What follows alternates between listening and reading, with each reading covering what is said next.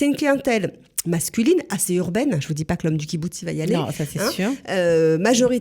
Majoritairement composé d'hommes qui sont actifs, qui sont dans la vie sociale et qui privilégient maintenant, qui ont un vrai active budget de bien-être. Feel Good pour être bien dans sa peau et dans sa tête.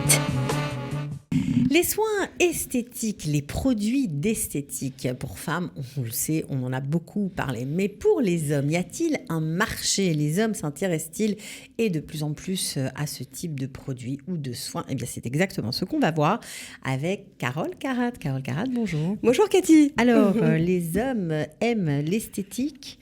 Et les hommes s'en servent, utilisent l'esthétique ? Mais c'est assez sympa parce qu'on parle tout le temps des femmes, machin, vous me reprenez, vous dites, oui, d'accord, les femmes, mais aussi les hommes alors. Et cette fois-ci, j'ai dit, on va parler des hommes parce qu'en fait, je vais vous parler d'une véritable révolution. Je ne vais pas vous parler que des soins, je vais vous parler pas que des soins cosmétiques, mais de soins esthétiques dans tout ça. C'est un réel marché alors. Et vous allez être choqués parce que je vais vous dire, je vous le dis tout de suite, aujourd'hui, le marché de l'esthétique pour hommes, il est en pleine expansion. C'est pas un mythe, c'est une réalité. C'est un marché qui explose. Si les soins de beauté étaient auparavant que pour les femmes exclusivement, maintenant, c'est une époque révolue. Une personne sur 5 qui rentre dans un salon d'esthétique, et c'est un salon de chirurgie esthétique, c'est un homme. C'est incroyable. C'est-à-dire des soins esthétiques ou chirurgie esthétique, c'est pas seulement pour s'enlever les poils, mais c'est pour s'enlever les ridules, les poches sous les yeux. Ça peut être épilation, ça peut être soin visage, soin du corps, traitement pour la peau. Je vous dis franchement, il y en a même qui font la manicure. Des implants capillaires. La beauté, elle se conjugue aujourd'hui au masculin. 65% des hommes ont eu recours à un service d'épilation en institut. Ça, c'est des chiffres européens et en Israël, ça arrive. C'est énorme. Alors bien sûr, ça commence par des endroits que les hommes, et j'en parlerai, c'est des endroits que les hommes préfèrent épiler à ces endroits-là.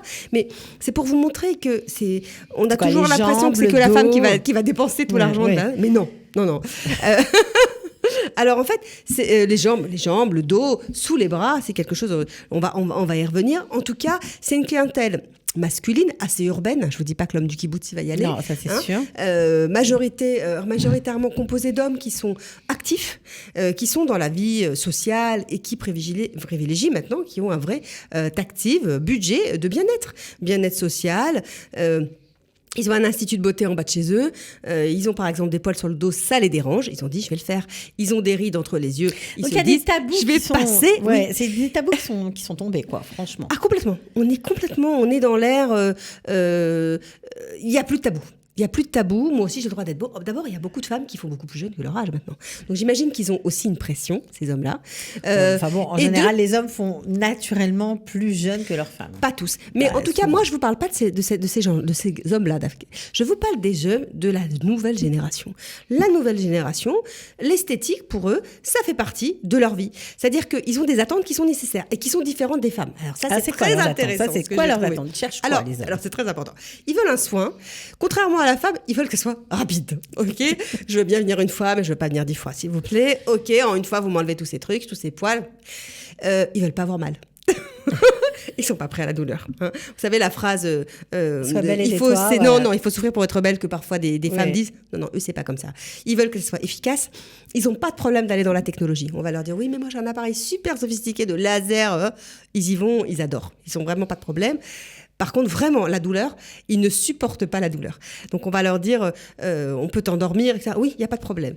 Mais il faut que ça aille vite. Donc, les soins d'épilation esthétique, on leur dit, voilà, tu fais une fois tous les mois pour ton dos, tes poils du torse, etc. Ils viennent se faire épiler, on les endort et on leur met une petite crème, du coup, ça ne les dérange pas trop. Parfois, ça peut être l'épilation des sourcils, mais ils le font chez eux généralement. Des manicures, des pédicures. C'est quand même incroyable, surtout chez les hommes de 40 ans, 30 ans, ils commencent à avoir mal aux pieds, ils se disent zut, c'est qu'il y a un petit truc qui ne va pas. Et puis, le visage, par contre, reste encore à la maison, on va dire au niveau du soin, plus avec des crèmes. Alors, au niveau des soins, oui, mais au niveau des actes de chirurgie esthétique, je crois que même là, ils ont passé le pas. Ils ont passé le pas. Et ce qui est fou, c'est qu'avec le corona, ils ont augmenté le pas. J'ai regardé les chiffres, c'est quelque chose d'incroyable. Et si vous voulez, on passe directement au chiffre en Israël. Au chiffre en Israël, parce que sûr. moi, j'ai été complètement bluffée par ça. En Israël, le corona a fait presque tripler la fréquentation des hommes pour faire des soins de Botox. Ce qui est complètement dingue. Et on se dit pourquoi ? Je vais vous dire pourquoi. Parce qu'en fait, les hommes, sur Zoom, restent concentrés sur leur ordinateur. Écoutez bien ce que je vais vous dire. Ils restent concentrés sur leur ordi et ils se voient dans la glace. Ils se disent, c'est plus possible. Ils se voient et puis ils voient aussi des gens qui se disent « mais elle doit voir comme moi ». Donc c'est une catastrophe auquel il faut remédier. D'accord. Donc en fait, ils vont vraiment, il y a une demande croissante d'injection de Botox chez les hommes. Pour enlever les rides.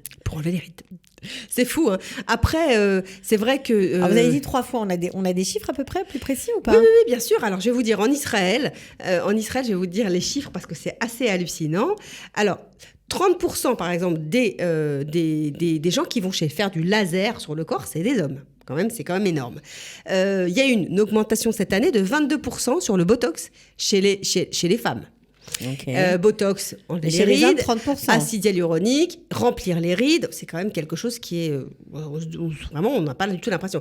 Et ça, c'est des chiffres qui nous viennent de l'hôpital Ichilov, c'est pas et des instituts d'esthétique. Donc, c'est vraiment devenu, comme on dit, les hommes maintenant ont une vraie attirance pour l'esthétique et ils s'exposent. Pourquoi alors ? Ils lisent les magazines, les médias, les influenceurs. Ils veulent plus, ils ont des cicatrices d'acné, ils veulent la faire enlever. Ils peuvent avoir des taches, par exemple, de soleil. Ils veulent aussi l'enlever. C'est vraiment, on est passé à un temps qui est, c'est un autre temps. Je trouve que l'homme est devenu maintenant plus féminin. Et je dis pas qu'il est efféminé. Attention, il n'est pas efféminé. Mais plus féminin, plus coquet. Il fait attention à lui. C'est plutôt bien pour nous. C'est plutôt bien pour nous, oui. Mais ce qui est fou, c'est que par contre, les hommes sont prêts à. C'est vrai que moi personnellement, je sais. C'est bizarre quand on me dit ça, mais c'est dans la discrétion. Vous voyez ce que je veux dire ? C'est pas qu'ils vont sortir avec des lèvres. Vous voyez ce que je veux dire ? Ça se voit pas. D'accord, c'est ça. C'est plutôt sympa. Alors, qu'est-ce qui se passe au niveau du marché des produits de soins ? Parce que là, on a parlé des soins esthétiques. Ok, donc on comprend qu'il y a vraiment une prise de conscience. Merci le Corona et Zoom. Ça m'a bien fait rire d'ailleurs. Maintenant, qu'est-ce qui se passe au niveau des produits ? Est-ce que là aussi, ils sont consommateurs ? Ils sont très consommateurs. Alors vraiment, non, mais c'est incroyable. D'abord, les hommes, tout est basé sur après rasage. Ils se rasent la peau. À partir du moment où ils se rasent la peau, ils n'ont pas la même peau que nous. Ils ont une peau très épaisse. Vous êtes d'accord ? Vous connaissez l'histoire des Anglaises. On avait dit en Angleterre que se raser faisait une peau moins ridée et plus épaisse. Elles se sont mises à se raser le visage, les Anglaises.